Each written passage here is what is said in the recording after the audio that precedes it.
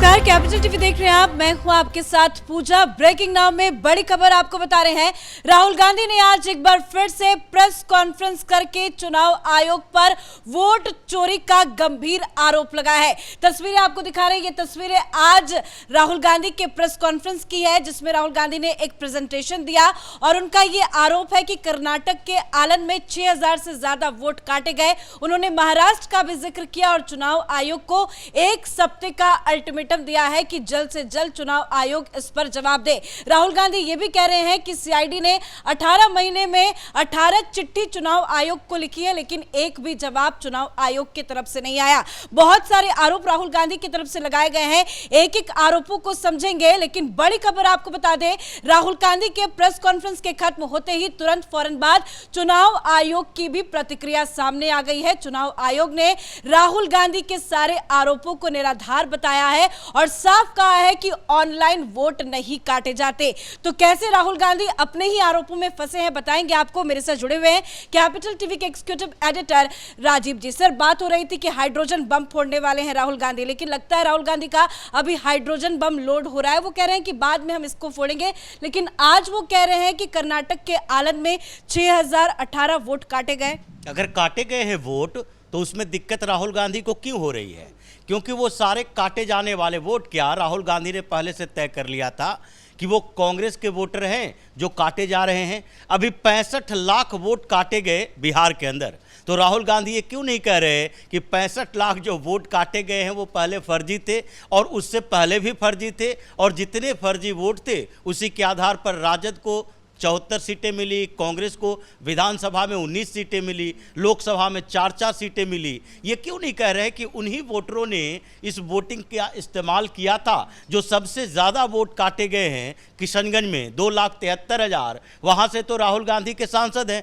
तो वोट काटा जाना, वोट जोड़ा जाना, ये साबित नहीं करता कि वोट चोरी हो रही है। इसलिए राहुल गांधी अभी एक एजेंडे पर चल रहे हैं और वो एजेंडा स्पष्ट दिखता है कि वो समस्या उठाओ जिसका समाधान कोई हो ही नहीं सकता, और उसमें सहयोग किसका है? सहयोग सीधे चुनाव आयोग का है। ये सारी गलतियां चुनाव आयोग की है। मुख्य चुनाव आयुक्त ज्ञानेश कुमार ये पॉलिटिशियन बने फिर रहे हैं, बार बार ये प्रतिक्रिया देते हैं, जवाब देते हैं राहुल गांधी का, और राहुल गांधी को जवाब देकर कहते हैं नहीं नहीं इनके आरोप झूठे हैं। राहुल गांधी अल्टीमेटम देता है चुनाव आयोग को कि हम एक सप्ताह के अंदर इसका जवाब चाहते हैं। तुम कौन होते हो जवाब मांगने वाले? अगर तुम्हें इतनी भरोसा है, इतना विश्वास है कि हम जो एविडेंस दे रहे हैं उसमें सच्चाई है, चुनाव आयोग भारतीय जनता पार्टी के साथ कंप्रोमाइज कर चुका है, नरेंद्र मोदी के साथ कंप्रोमाइज कर चुका है, तो उसके खिलाफ सुप्रीम कोर्ट में जाओ, हाई कोर्ट में जाओ। वहां नहीं जाओगे क्योंकि वहां ये थोथली दलील तुम्हारी नहीं चलने वाली। आपने सही कहा, क्योंकि सर आज जब ये प्रेस कॉन्फ्रेंस खत्म हुआ तो मीडिया वालों ने राहुल गांधी से यही सवाल पूछा कि अगर आप ये आरोप लगा रहे हैं तो आप क्या कोर्ट जाएंगे? आप अल्टीमेटम दे रहे हैं, एक हफ्ते के बाद आपका एक्शन क्या होगा? तो राहुल गांधी कह रहे हैं कि नहीं, मेरा काम वो नहीं है, मेरा काम यह है कि लोकतंत्र बचाना है। इसका काम एक ही बात को लेकर है कि ऐसा एजेंडा चलाओ कि लोगों को के बीच भ्रम पैदा करो। जिस वोट चोरी का आरोप राहुल गांधी लगा रहा है उसी को वोट देने के लिए लोगों को प्रेरित कर रहा है। अगर वोट चोरी हो रही है, अगर वोट चोरी के कारण भारतीय जनता पार्टी जीत रही है, तो फिर कांग्रेस को यह कहना चाहिए कि हमारे कोई भी नेता कार्यकर्ता जो हमारे वोटर हैं, जो कांग्रेस को वोट देना चाहते हैं, वो वोट ही न दे।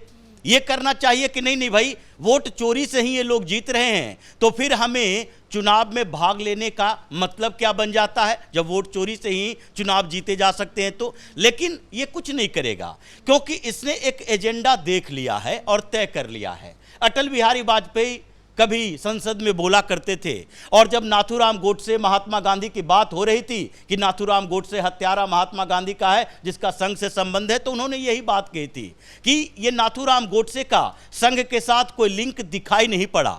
जितनी इन्वेस्टिगेटिव एजेंसियां हैं, कांग्रेस की सरकारें हैं, और उसके समय में जितने जांच हुए उसमें कहीं ये नहीं पाया गया नाथूराम गोडसे संघ से जुड़ा हुआ था। लेकिन हम लोग महात्मा गांधी की इज्जत करते हैं और इस बात को लेकर अगर आप कहेंगे कि ये दिखावा किया जा रहा है तो इसका मतलब है कि आपके साथ बैठना, उठना, बातचीत करना, मिलना जुलना बेकार है, क्योंकि इस अविश्वास का कोई जवाब नहीं हो सकता। तो राहुल गांधी वही अपना रहे हैं कि जैसे इन लोगों ने बदनाम करने की कोशिश हमेशा से भारतीय जनता पार्टी को की कि नहीं, ये विचारधारा के स्तर पर ऐसी विचारधारा रखता है जो मुसलमानों को खत्म कर देना चाहता है, देश में सांप्रदायिकता की राजनीति करना चाहता है, ये फॉरवर्ड की पार्टी है, सवर्णों की पार्टी है, दलित, ओबीसी, इससे दूर हो जाना चाहिए। ये जो परसेप्शन क्रिएट करने की कोशिश किया, अब वो सारे परसेप्शन धाराशायी हो गए, ईवीएम का परसेप्शन धाराशायी हो गया। तो उसके बाद इसको लगा भ्रम पैदा करो, क्योंकि भ्रम पैदा किए बिना लोग इधर से उधर नहीं होंगे। और ये हिंदुस्तान है, ये बड़े बड़े लोग, पढ़े लिखे लोग, जितने पढ़े लिखे लोगों को देखिए आज भी वो भ्रमित होते हैं और अपना करोड़ों रुपया जो मेहनत की गाढ़ी कमाई है वो भी इन्वेस्ट कर देते हैं वैसी कंपनियों में जो बर्बाद हो जाती है। चीट फंड का कारोबार इसी के आधार पर चल रहा है, इसी के आधार पर इतने साइबर क्राइम चल रहे हैं। पढ़े लिखे लोग हैं, वो साइबर क्राइम वाला फोन करता है, ओटीपी मांगता है, ओटीपी दे देते हैं और पैसा चला जाता है। जब ये इतने समझदार लोगों की ये स्थिति है कि अपनी गाढ़ी कमाई वो दे सकते हैं, राहुल गांधी ने ये सोच लिया है कि अगर ऐसा इस हिंदुस्तान में हो सकता है तो फिर ये तो वोट देने की बात है। अगर हम भ्रम पैदा करेंगे तो हो सकता है लोगों के दिमाग में आ जाए कि नहीं, ये सरकार वोट चोरी कर रही है, ये सरकार हमारे वोट का गलत इस्तेमाल कर रही है, ये सरकार तानाशाही है, सब लोग मिले हुए हैं, तो हमको किसी तरीके से जिताना किसे है? राहुल गांधी को। जिस चुनावी प्रक्रिया पर आरोप लगा रहे हो, जिस मुख्य चुनाव आयुक्त के ऊपर आरोप लगा रहे हो, उसी चुनाव आयोग के कराए गए चुनाव के आधार पर ये कर्नाटक में सरकार बनी है। और जो कर्नाटक से ये डाटा ला रहा है, ये कहां से ला रहा? आलंद की बात करते हैं, जहां पर इसने कहा इतने 6000 से ज्यादा वोट हटा दिए गए दलित आदिवासियों का। जैसे राहुल गांधी ने दलित आदिवासियों का ठेका ले रखा है कि सारे दलित आदिवासी इन्हीं को वोट करेंगे। तो एससी एसटी के लिए जितनी रिजर्व सीटें हैं, कर्नाटक में भी जितनी रिजर्व सीटें हैं, उसमें देख लीजिए कौन से पार्टी को ज्यादा वोट मिलता है, कौन से सीटें ज्यादा मिलती है। और लोकसभा में भी जो एससी एसटी के लिए रिजर्व सीटें हैं, उसमें से 90% सीटें तो एनडीए के खाते में है। इन लोगों को तो राजस्थान के कुछ क्षेत्रों में जीत मिली है। तो जो स्थितियां पैदा हुई है, आलंद की बात आप कर रहे हो, तो वहां 2023 के विधानसभा में किसकी जीत हुई? कांग्रेस का विधायक है। अभी 2018 में भारतीय जनता पार्टी जीती थी। तो भारतीय जनता पार्टी जिस विधानसभा में जीती, उसी विधानसभा के कुछ वोटर को हटाकर फिर से वो चुनाव हार गई। मतलब साफ है कि तुमने भारतीय जनता पार्टी के सपोर्ट वाले बूथ पर वोट हटवाए, तुम्हारे कार्यकर्ताओं ने हटवाए, तुम्हारे नेताओं ने हटवाए, और फिर भारतीय जनता पार्टी को हराकर कांग्रेस वहां पर जीती, विधानसभा में भी जीती, सरकार भी बनाई। मशीनरी तुम्हारी है, पुलिस तुम्हारा, बीएलओ जो कि ब्लॉक लेवल ऑफिसर होता है, वो सब स्टेट गवर्नमेंट के कर्मचारी होते हैं। चुनाव आयोग के पास अपना कोई कर्मचारी है नहीं। चुनाव आयोग स्टेट गवर्नमेंट के कर्मचारियों को अपने साथ जोड़ के और चुनावी काम में लगाती है। तो ये तुम्हारा स्टाफ है, तुम्हारी पुलिस है, सीआईडी तुम्हारी है, पूरा तंत्र तुम्हारा है कर्नाटक के अंदर। फिर भी तुम कह रहे हो कि कर्नाटक का उदाहरण लेके आए हैं, वहां वोट चोरी हो रही है। तो तुम अपनी सरकार से पूछो। इसलिए तो पिछले दिनों इन्हीं के मंत्री ने कहा था कि जिस कर्नाटक की बात राहुल गांधी कर रहे हैं तो आंख बंद करके सोया हुआ था। क्या कर रहा था ये सिद्धारमैया, डीके शिव कुमार, जो राहुल गांधी के इर्द गिर्द घूमता है। तो इसलिए कर्नाटक का उदाहरण दिया। देखिए, ये जितनी बातें बोलता है उसमें इतने कंट्राडिक्शन होते हैं कि प्रेस कॉन्फ्रेंस में बैठे हुए वो सारे पत्रकार बेशर्मों की तरह सुनता है, एक सवाल नहीं करता। कि आप कहते हो कि सारा हवा चल रही थी किसके खिलाफ? भारतीय जनता पार्टी के खिलाफ। ओपिनियन पोल आ रहे थे, ओपिनियन सर्वे आ रहे थे हमारे पक्ष में, और उसके बाद अचानक से बदल जाता है रिजल्ट। तो ये लोकसभा चुनाव के लिए नहीं कहते कि सारे ओपिनियन पोल कह रहे थे 400 के आसपास सीटें एनडीए को आएगी। और जिस स्टेट की पूरी मशीनरी भारतीय जनता पार्टी के साथ, जिस स्टेट में सबसे ज्यादा लोकसभा की सीटें, उत्तर प्रदेश की बात कर रहे हैं, जिसके ऊपर इतने आरोप लगाते हो कि एक हार्डकोर प्रशासक है योगी आदित्यनाथ, मुसलमानों को दबा के रखते हैं, उस स्टेट में ये समाजवादी पार्टी अपने ऐतिहासिक जीत ले आई। 36 सीट मैक्सिमम आई थी लोकसभा में मुलायम सिंह के समय में, और उसमें भी उस समय जबकि कांग्रेस गिर रही थी, भारतीय जनता पार्टी बीच बीच में आई हुई थी।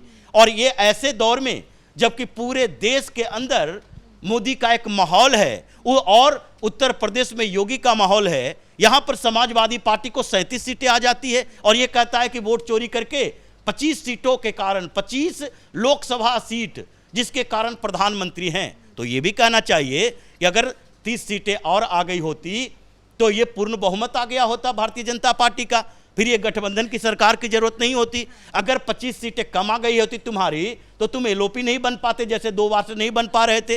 तो ये 25 सीटें ज्यादा आ जाती, कम आ जाती। ये आंकड़े की लोकसभा में ऐसा हो गया था कि महाराष्ट्र में स्वीप, क्लीन स्वीप कर लिया हमने, और फिर विधानसभा में हमारी स्थिति ऐसी हो गई। कैसे ऐसे हो गया? ऐसे कैसे हो गया, इसके लिए घूमना पड़ेगा, ग्राउंड से रिपोर्ट लेनी पड़ेगी कि जनता क्या चाहती है। ये बाइक पर चढ़कर और गाड़ियों पर घूमकर और लोगों के सामने हाथ हिलाकर ये कभी भी चुनाव नहीं जीते जाते। इसके लिए संगठन को मजबूत करना पड़ता है। कांग्रेस का संगठन कमजोर है।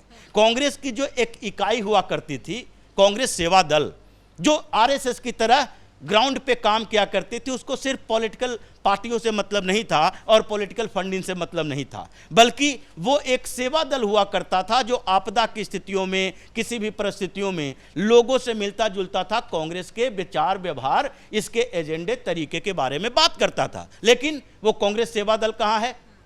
अब कांग्रेस सेवा दल के नाम पर राहुल सेवा दल है।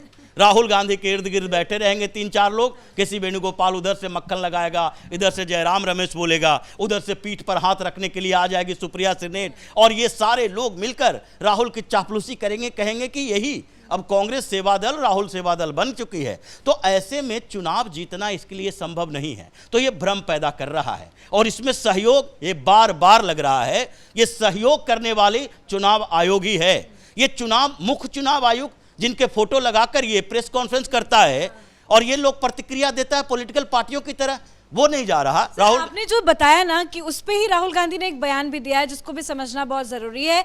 वो ये कह रहे हैं कि मैं बिना तथ्यों के इस तरह के आरोप नहीं लगा रहा हूं, मुझे चुनाव आयोग के अंदर से इस तरह की जानकारी मिल रही है कि वोटों की चोरी हो रही है। वो सीधा सीधा ये आरोप लगा रहे हैं कि हमको तो चुनाव आयोग ही बता रहा है। आज उन्होंने ये बात कही। देखिए, ये केजरीवाल ने एक नया सिद्धांत गढ़ा, केजरीवाल स्टाइल ऑफ पॉलिटिक्स जिसको कहा जाता है, कि ऐसी बातें करो, भ्रम पैदा करने की कोशिश करो, संस्थानों की बात करो, उसके अंदर जासूस होने की बात करो, सीआईडी, सीबीआई, आईबी वाली रिपोर्ट दे रहे हैं। वही राहुल गांधी ने, उनके चमचे बेलचों में से किसी ने कहा होगा ये भी अच्छा उदाहरण है। लेकिन चुनाव आयोग की कमजोरी की बात इसलिए कह रहे हैं क्योंकि इनके 3 चुनाव आयोग, यानी मुख्य चुनाव आयुक्त और 2 और चुनाव आयोग, तीनों का फोटो लगा होता है प्रेस कॉन्फ्रेंस में। डायरेक्ट हमला किया जाता है कि आप कंप्रोमाइज कर रहे हो मोदी के साथ और आप प्रतिक्रिया देते हो। आप सुप्रीम कोर्ट में जाओ, राहुल गांधी नहीं जा रहा सुप्रीम कोर्ट, आप तो जा सकते हो। आज तो वो कुछ लोगों को भी लेके आ गए थे मंच पे, उनसे भी उन्होंने बात की है। लेकिन जाना चाहिए था। सुप्रीम कोर्ट जाओ और राहुल गांधी को उसी तरह जवाब दो जैसे वीर सावरकर के मामले में सुप्रीम कोर्ट ने टिप्पणी की और जवाब दिया कि अगर आगे से राहुल गांधी वीर सावरकर का नाम असम्मानजनक तरीके से लेते हैं तो उसके बाद सुप्रीम कोर्ट स्वतः संज्ञान लेगा। उसके लिए किसी को जाने की जरूरत नहीं पड़ेगी कि याचिका लेकर जाओ, स्वतः संज्ञान लेगा और उसके बाद राहुल गांधी जेल के अंदर दिखाई पड़ेंगे। उसके बाद से राहुल गांधी ने एक शब्द नहीं बोला वीर सावरकर के खिलाफ। ऐसी स्थितियां पैदा करो, क्योंकि अब कहां तक झुकोगे? झुकते जाओगे तो राहुल गांधी जैसे लोग इस पूरे देश की लोकतंत्र की धज्जियां उड़ाकर रख देगा। पूरी दुनिया में जो कहा जाता है भारत सबसे बड़ा लोकतंत्र, ये भारत सबसे बड़ा लोकतंत्र का ये जो मुहर लगा हुआ है वो मुहर हट जाएगा और लोग आपके ऊपर हंसेंगे कि देखो ये विपक्ष में बैठा हुआ एक नेता भारत की लोकतंत्र की धज्जियां उड़ा रहा है, अब वहां लोकतंत्र नहीं तानाशाही है। तो इसलिए इस स्थितियों से बचने के लिए चुनाव आयोग को सामने आना चाहिए। भारतीय जनता पार्टी अगर सुप्रीम कोर्ट में जाए, सुप्रीम कोर्ट के जज सीधे कहते हैं कि ये पार्टी पॉलिटिक्स है, ये राजनीतिक पार्टी एक दूसरे पर आरोप लगाती है, आपको अपनी चमड़ी मोटी करके रखनी पड़ेगी। ये सुप्रीम कोर्ट के जजों की टिप्पणी है। तो इसलिए चुनाव आयोग एक संवैधानिक संस्था है और संवैधानिक संस्था की छवि खराब करने की कोशिश राहुल गांधी जैसा लोग कर रहा है, जो वोट चोरी का आरोप लगा रहा है। वोट जोड़ा जाना, वोट हटाया जाना, ये आरोप है और इसके लिए आप एक कह सकते हो कि ये वोटर लिस्ट में गड़बड़ियां देखने को मिल रही है, इसके सुधार की क्या क्या संभावना हो सकती है उस पर चर्चा करेंगे। नहीं, लेकिन एसआईआर का विरोध, लेकिन एसआईआर का विरोध करेंगे उसके ऊपर, और उसके बाद कहेंगे सीआईडी ने चिट्ठी लिखी। सीआईडी कौन होता है चिट्ठी लिखने वाला? अब एक बात तो समझने की जरूरत है कि अगर चुनाव आयोग ने वोटर लिस्ट से नाम हटाया या एक नंबर से वोटर लिस्ट का नाम हटवाया गया, जैसा कि राहुल गांधी कहा जा रहा है, फोन कर करके ओटीपी दे दे के ऐसे इतना आसान होता वोटर लिस्ट से नाम हटवाना, तो इसी का चेला पवन खेड़ा, जिसके मियाँ बीवी दोनों जो है हस्बैंड वाइफ, ये दोनों का दो जगह नाम है, और अब कह रहा है कि नहीं हट नहीं पा रहा था क्योंकि समस्या हो गई थी। इतने बड़े लोगों को वोटर लिस्ट से नाम हटवाने के लिए इतनी समस्या हो जाती है, और चुनाव आयोग में एक फोन करके ओटीपी लाके अगर नाम कट जाता है, जिसके बारे में चुनाव आयोग ने कहा कि वोट नहीं कटता, ऑनलाइन नहीं काटे जाते, नहीं नंबर से फोन करके या किसी और तरीके से, जैसे लगता है कि किसी का मोबाइल कंपनी का सिम है जो कि ब्लॉक करवाना है, तो आप एक फोन कर दो, ओटीपी आ जाएगा और हट जाएगा आपका नंबर। ये स्थितियों को ऐसे भ्रमित करके बैठा है कि अगर सीआईडी को लगता है कि ये आईपी एड्रेस चाहिए, अगर सीआईडी को लगता है कि ये फोन नंबर फर्जी है, तो जांच करने की जिम्मेदारी सीआईडी की, पुलिस की है या चुनाव आयोग की है? चुनाव आयोग के पास कोई सीबीआई जैसे एजेंसी तो नहीं है। चुनाव आयोग वोटर लिस्ट बनाना, चुनाव सही तरीके से कराना उसकी जिम्मेदारी है। अगर फर्जी हुआ है तो उसकी जांच पुलिस करती है, उसकी जांच सीआईडी, सीबीआई, कोई भी कर सकता है, एजेंसी कर सकती है। इसलिए ये पूरे सिस्टम जो बनाया है और जहां इसकी सरकार है उसका गलत इस्तेमाल जो कर रहा है राहुल गांधी, उसका एक ही समाधान है कि चुनाव आयोग को, मुख्य चुनाव आयुक्त को, इसके ऊपर सैकड़ों करोड़ का मानहानि का खुद का मुकदमा, और चुनाव आयोग को बदनाम करने, लोकतंत्र को बदनाम करने, देशद्रोह का काम करने, इन सारे चीजों के लिए सुप्रीम कोर्ट में जाए, और सुप्रीम कोर्ट के लिए भी चैलेंज होगा कि देश में लोकतंत्र बचेगा या फिर ऐसे लोग हैं जो लोकतंत्र का ऐसे ही गलत इस्तेमाल करते रहेंगे और ऐसे ही भ्रम पैदा करते रहेंगे, लोगों को भ्रमित करते रहेंगे, और कभी कोई दंगा फसाद हंगामा होता है इस मामले में तो सीधे सुप्रीम कोर्ट में याचिका दायर करना चाहिए। उसके लिए सीधे राहुल गांधी जिम्मेदार होगा और इसको जिंदगी भर चुनाव नहीं लड़ने दिया जाएगा। ये फर्जी परिवार, फर्जी लोग, जिसकी मां है जो वोटर लिस्ट में गलत तरीके से नाम डलवाई, जिस राहुल गांधी के अपने ही ऊपर इतने आरोप लगे हैं, विदेशी नागरिक है, देसी नागरिक है, यहाँ की नागरिकता है कि नहीं, क्या क्या काम किया है, और वो है जो ऐसे आरोप लगाता है जिसका कोई सिर पैर नहीं है। इसलिए अब चुनाव आयोग अगर जाग जाए तो फिर इसके बाद राहुल गांधी के मुंह पे ताला लगेगा वीर सावरकर की तरह, नहीं तो ये एजेंडा ऐसे ही चलाता रहेगा। इसके एजेंडे का तोड़ जो ये मान कर चल रहा है कि हम फैक्ट रखेंगे, आरोप लगाएंगे, पब्लिक भ्रमित होगी, और पब्लिक से कंसर्न में रहो। ये सुप्रीम कोर्ट, ये हाई कोर्ट, ये कोर्ट कचहरी, चुनाव आयोग, ये सारे कोई भी एविडेंस के आधार पर फैसला देते हैं, ये थोथली तर्कों के आधार पर नहीं। जनता ही है जो किसी भी उलूल जुलूल तरीके से भ्रमित हो सकती है, उसी को भ्रमित करो, और जब कुर्सी मिल जाए तो चुनाव आयोग को पाक साफ घोषित कर दो। धन्यवाद सर जानकारी के लिए। तो वोटों के एडिशन यानी कि जोड़े जाने को लेकर और काटे जाने को लेकर ही राहुल गांधी का आरोप है। राहुल गांधी कह रहे हैं कि वोट काटे जा रहे हैं, वोट चोरी हो रही है, महाराष्ट्र और कर्नाटक का बार बार जिक्र कर रहे हैं, और आज एक बार फिर से उन्होंने वही काम किया है। लेकिन अब वक्त हो चुका है राहुल गांधी पर बड़े एक्शन लेने का, क्योंकि राहुल गांधी के सारे आरोप निराधार है। कोर्ट नहीं जाते हैं, बस प्रेस कॉन्फ्रेंस करके बड़ी बड़ी बातें, बड़े बड़े आरोप लगाते हैं। तो अब चुनाव आयोग को भी सामने आना चाहिए और राहुल गांधी के खिलाफ सख्त से सख्त, कड़ी से कड़ी सजा दिलवानी चाहिए। इस बड़ी खबर में मेरे साथ फिलहाल इतना ही। कैमरा पर्सन राजकुमार के साथ मैं पूजा, कैपिटल टीवी।